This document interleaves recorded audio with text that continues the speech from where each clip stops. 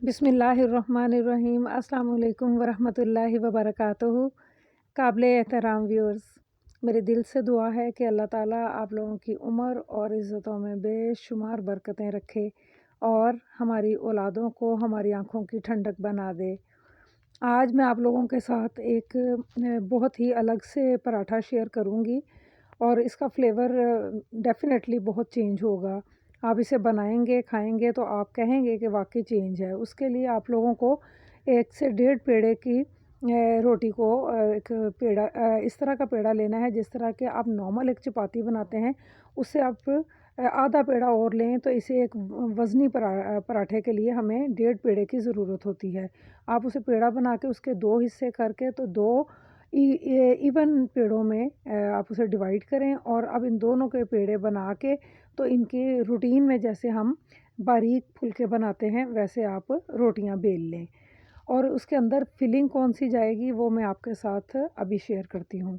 तो सबसे पहले तो आपने इस एक काम को कर लेना है। उसके बाद आप लोगों ने इसे जो पहली टिप है कि हमेशा सबको पता है कि पराठे हमेशा घी से ही ज़्यादा क्रिस्पी और टेस्टी बनते हैं, तो ऑयल का यहाँ इस्तेमाल ना कीजिएगा।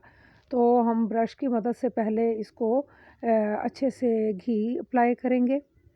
इसके बाद जो मैंने काम किया है कि प्याज को मैंने इतना बारीक चॉप किया था कि जैसे मशीन से निकालते हैं। उसमें मैंने नमक और हल्दी मिक्स किया 1 और 2 पिंच के अकॉर्डिंग। ज़ाहिर है एक पराठे को इतना ही जाता है नमक। और जब मैंने इनमें नमक और हल्दी लगाया तो ये नरम हो गया।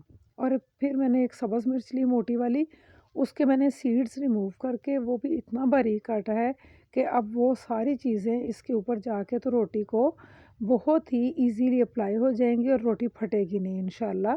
जिस तरह के कोई सख्त चीज़ डालने से रोटी के अंदर से वो बाहर आ रही होती हैं तो वो नहीं हो पाएगा। तो इसके साथ ही इसमें मैं धनिया जिसमें डंडियों का इस्तेमाल बिल्कुल नहीं है, पत्ते ही हैं, इन्हें बारीक-बारीक आप इन्हें चॉप करके फैला दें। मैंने जब बेसन देखा तो मुझे बेसन नज़र नहीं आया, लेकिन ये सहरी का पराठा था तो मैंने जल्दी-जल्दी 1 कप चने की दाल को फ़ौरन ग्राइंडर में डाला और ये मेरे पास बेसन तैयार है। तो ये आप बेसन ले लें या चने की दाल को इस तरह पीस लें और ये डाल के तो आपने जो दूसरी रोटी है इसके ऊपर कवर कर दें। इस पर भी फिर हम घी लगाएँगे और अब इस के बाद हम इसकी कटिंग करेंगे। तो कटिंग करके आप लोग इसका एक पेड़ा बना लीजिएगा। तो यहाँ मैंने इनके जो है वो जैसे होते हैं ना शार्प नाइफ़ होनी चाहिए आपकी, तो उसके साथ अगर आप करेंगे तो इंशाल्लाह ये बहुत अच्छी शेप में आपकी जो चपाती है ये कट जाएगी। अब इसके साथ ही आप लोग ये देखें कि इसको मैंने अपने जो मेरे ज़हन में आ रही थी बात वो ये थी कि मैंने जो जो छोटी 2 साइडें होंगी ना, एक जो पहला पीस मैंने कटिंग किया ये भी छोटा है और जो आखिरी पीस काटूँगी रोटी की साइड का वो भी छोटा होगा। तो पहले मैं दोनों छोटी साइडों के रोल्स बना लूँगी। उसके बाद मैं फिर इनको बड़े रोल्स के ऊपर रखूँगी। तो ये आप इस तरीके से कर लें तो आपको ज़्यादा बेहतर रहेगा और बाद में इसकी शेप भी पेड़े की बहुत अच्छी आती है। तो यहाँ पर मैं इसके ऊपर दोबारा बेसन मतलब ना मैदा लगा रही हूँ, ना खुश्का लगा रही हूँ आटे वाला, इसके ऊपर बेसन लगाना है आपने।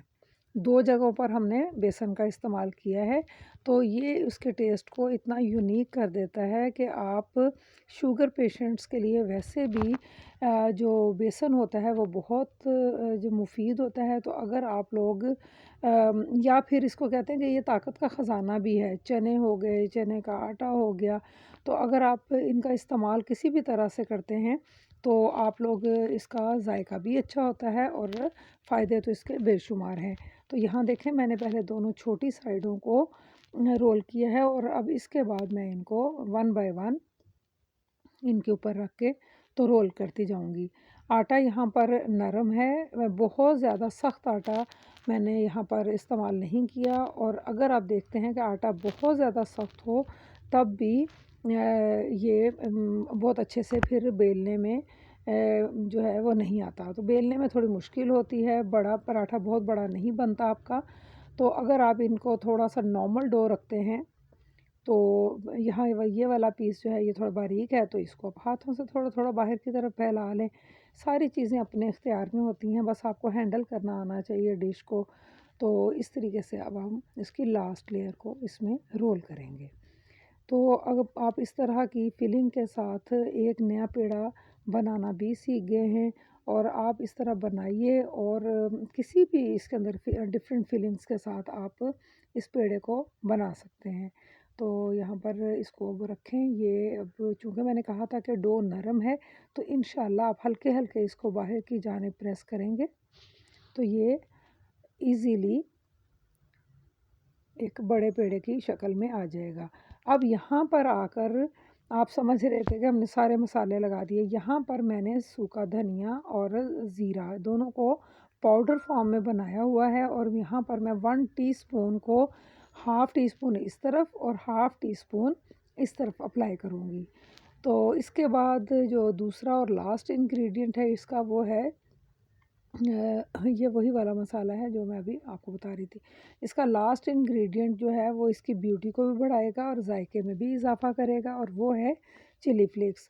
तो यहाँ पर चिली फ्लेक्स के 3 पिंचेस इस तरफ आप जो है वो स्प्रेड कर दें और इसी तरह आप इसकी साइड पलटें और 3 पिंचेस इस तरफ आप डाल दें, यानी कि टोटल ये हाफ़ टी स्पून ही बनेगा जो चिली फ्लेक्स है।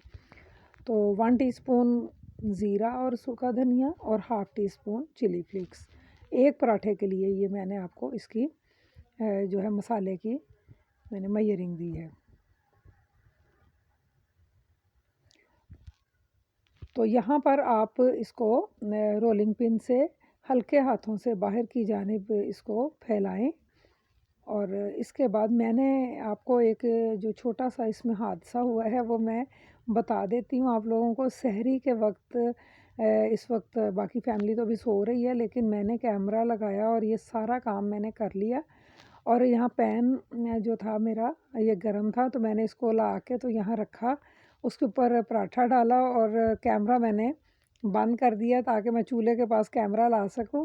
और वो फिर मैं ऑन करना ही भूल गई और मैंने घी लगा के पराठा तैयार कर लिया और शुक्र है कि अब फाइनल पे मुझे नज़र आ गया और मैं इसको फाइनल रिकॉर्ड कर सकी हूँ। तो इसी के साथ मैं अब बाकी काम कर लूँ और मुझे इजाज़त दें। इंशाल्लाह मिलते हैं किसी नई डिश के साथ। तब तक के लिए आप इस पराठे को एंजॉय करें, बनाएं और मुझे अपनी दुआओं में याद रखें। मिलते हैं कल किसी नई डिश के साथ, तब तक के लिए अल्लाह निगहबान।